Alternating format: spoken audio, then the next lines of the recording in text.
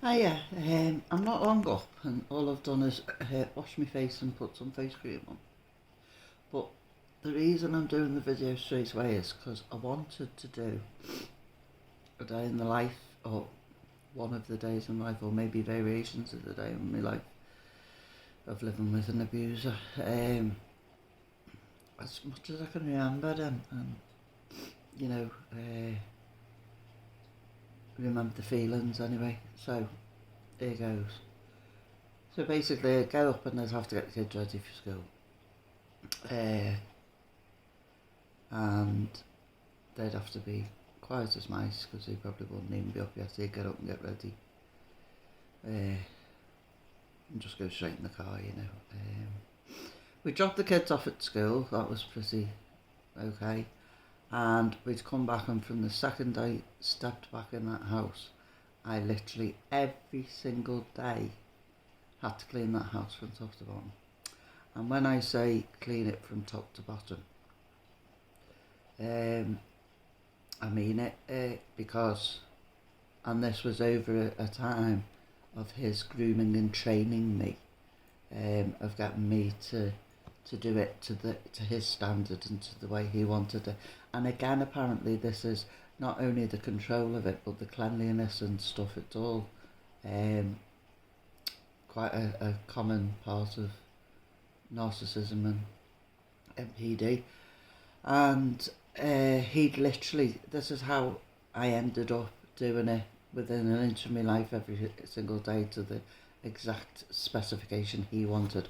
Unless on that particular day he was in a foul mood and wanted to take something out on me. He'd walk round after I'd done the cleaning, or he'd go, "Are you done? Are you finished?" sort of thing. And I'd go, "Yeah, I've done everything I'm thinking I had." And he'd go round on the tops of door frames, checking for dust. So you see that bit of dust there? Tops of door frames, checking for dust on the skirting boards. Somewhere dead random where you wouldn't think he'd pull the washing machine out. Shut behind the washing machine, the fridge. He'd go and check under the kids' beds. He'd literally, he'd try and find somewhere different that I would have missed all the time. To the point that there was nowhere I missed in the end. And I remember actually talking to his sister one time about how he was always telling me I was useless and good for nothing, and I did nothing all day. And so I'd actually written down the amount of stuff I'd done in a day, and I'd filled about 4 pages. And I'd shown her what I'd done. She said, "Oh, that's a good idea." It wasn't a good idea. Was it going to make any difference to him? I didn't know that at the time, but it wouldn't have mattered if I'd written a 10-foot bloody poster with everything I'd written on. It wouldn't matter what I'd done. It wouldn't make any difference to him. I didn't know that at the time, did I? But it was me trying to prove myself again, because he just crushed me down that much that I had to say, no, I am worth something. I do things. And that seriously damaged me. And still to this day, what I was saying on the video about the house the other day, that's still in there somewhere, you know. But yeah, I've been there. So anyway, yeah, he'd go around, and if there was something I hadn't done, then he'd do it. He even bought, and my kids will laugh at this, and John does because he can't believe it, he even bought a carpet rake. And we had a big, do you remember those Chinese style rugs that were out? And it had fringe on it. And I'd have to rake the fringe so it was all absolutely perfect, sticking out. I'd have to rake the pile in the ordinary carpet all over the house, stairs especially, to make the pile puff back up and stuff. And I remember at one point, actually, I'd forgotten about him. I can't remember what his name is. There was a guy who used to come every day just to talk music, because that's what Brendan was. He was a musician, talk music, have a cup of tea, and I think he was quite lonely. And I remember him coming in today saying, "Smell lovely this day. Smell lovely in here." And he said, "It smells of polish." So all the house ever smells of was polish, because that's all I was ever doing to it. So yeah, he was very obsessive about that and controlling. So yeah, I'd spend however long that took to do. I would then possibly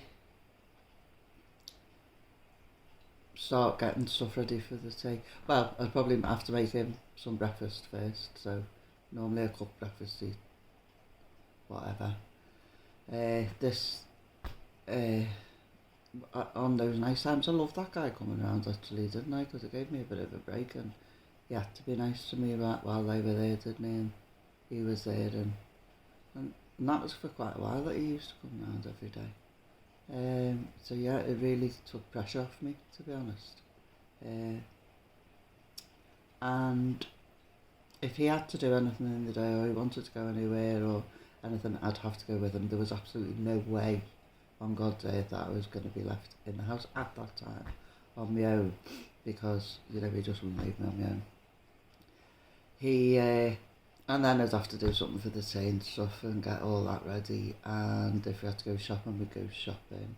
I'd have to go with them. There was literally nowhere. I used to say that the kids had more freedom than me, because the kids could go to the shop on their own. When they got old enough, which was only nil really, he could come in from school on his own. I wasn't even allowed to go to the shop on my own. I was not allowed anywhere on my own, absolutely anywhere at that point. Then we go and pick the kids up. Half the time, if it was good weather, Neil would be told to take the others to the park just to get them out of his way. We'd have to sit at the table and have our tea. The kids had to ask if they could leave the table. They couldn't move until they'd had everything on the plate. It was all just absolutely regimented. Our whole life was absolutely regimented. Everything, obviously, after tea, everything had to be absolutely spotlessly clean. I couldn't, when it was all done, I couldn't go to bed until he went to bed. I couldn't go before him, and I certainly couldn't stay up after him. I had to go exactly at the time he went to bed. Never any different, not allowed to be any different. So yeah, that was basically a normal day. On days where he had gigs, in the early days, he was in a band. That was how I met him, through the band he was in. And I would go with him most of the time to all these gigs with the band. But the band played quite local places, places where my family could go or people I know could go. So he started telling me that, I know there was one night where our John had said he was going to, it was where he was still seeing the family, and our John had said he was going to go. I think it was in the Black Horse or somewhere. And our John said he'd go and come and watch, so he didn't let me go. He made me stay at home because our John was going to be at the gig. And of course, by this point, I was far too scared to leave anyway, already, that was instilled in me very, very quickly, the fear. Then, and in the end, he ended up leaving the band, falling out with them actually, and leaving the band, and he went solo. And what he did then was he got an agent, and he got gigs all over the place. Very, very rare. I think the closest one would have been Ellesmere Falls. It was very rare there was any local. He'd do Scotland, he'd do North Wales, all, quite far away. And I literally had to go to every single one of them. Oh, that's the point. On I don't know whether it was a night that he'd gone to see our John, but when our John had gone to see him, sorry. But because he'd left me at home on my own, I'd gone to go out the front door for something. I think I was going to the garden or something. And when I opened the front door, he put tape, like masking tape, on the hinges of the door, so he'd be able to tell if I'd opened the front door, so that if they were off, he'd know I'd opened the front door. Just the strange things that he did. And I remember quizzing him about it and saying, what sort of a thing is that to do to someone? So anyway, yeah, this solo thing, so he went everywhere. I ended up being his roadie. I'd have to help him carry stuff.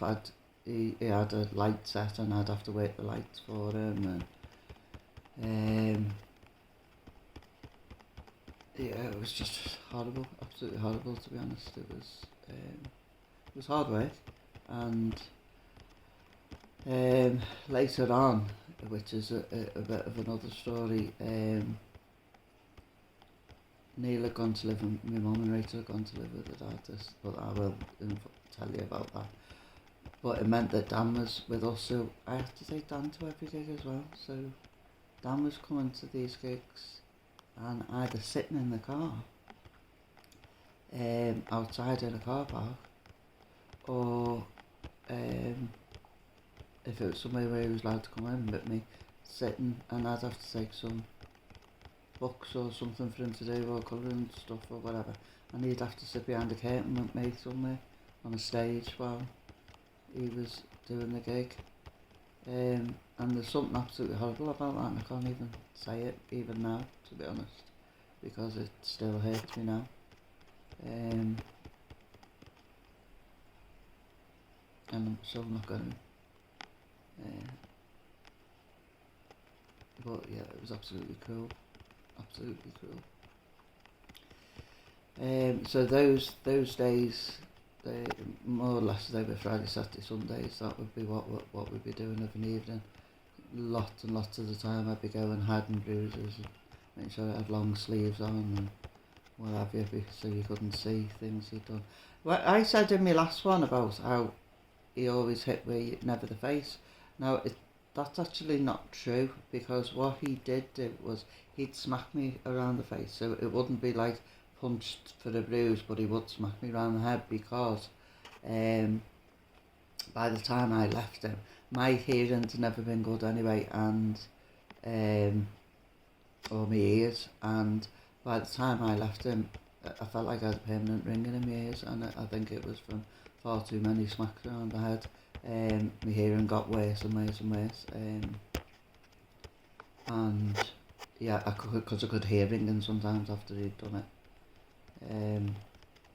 But it was in a way that it wouldn't mark, you know what I mean? It was just a smack around the head, but hard enough to make the ears ring. So yeah, that would be, but the way he did the work as well. I'll say in the end of it, I was having to do absolutely every single one with him. And at that point, I think, was the beginning of me heart problems showing to me, because I think my heart problems had always been there, because from a child, my mum had sent me to the doctors because she thought there was a problem because I was falling asleep all the time. When as a child I should be out playing and having boundless energy, and I never did. And then as I had the kids, I can remember going to the doctors at one point because I was saying to him that I'd be asleep and I could hear Rachel saying mum, mum, mum, mum, and I could not open my eyes. I could not wake. This is before Brendan. I could not wake myself up, even though I could hear her saying it. I was just out. I couldn't do it. And so I think a lot of that was the beginnings of my heart problem. So we already had them when I was with Brendan, and I had this absolute total exhaustion then.